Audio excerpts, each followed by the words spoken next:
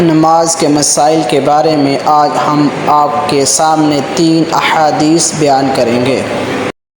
جناب اسود سے روایت ہے، ان کا بیان ہے کہ عبداللہ بن مسعود رضی اللہ تعالی عنہ نے فرمایا کہ رسول صلی اللہ علیہ وسلم کی نماز اندازاً گرمیوں میں 3 قدم سے 5 قدم تک اور سردیوں میں 5 سے 7 قدم تک ہوتی تھی۔ سنن ابن داؤد۔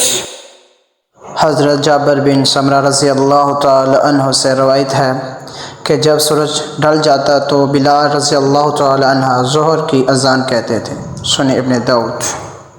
جناب عبداللہ بن رباح حضرت ابو قتادہ رضی اللہ تعالی عنہ سے راوی ہیں کہ رسول صلی اللہ علیہ وسلم نے فرمایا، نیند میں قصور نہیں، قصور جاگنے کی حالت میں ہوتا ہے، اور اس طرح کہ تم کسی نماز کو اس حد تک مؤخر کر دو کہ وہ دوسری نماز کا وقت آ جائے۔ سنن ابو داؤد۔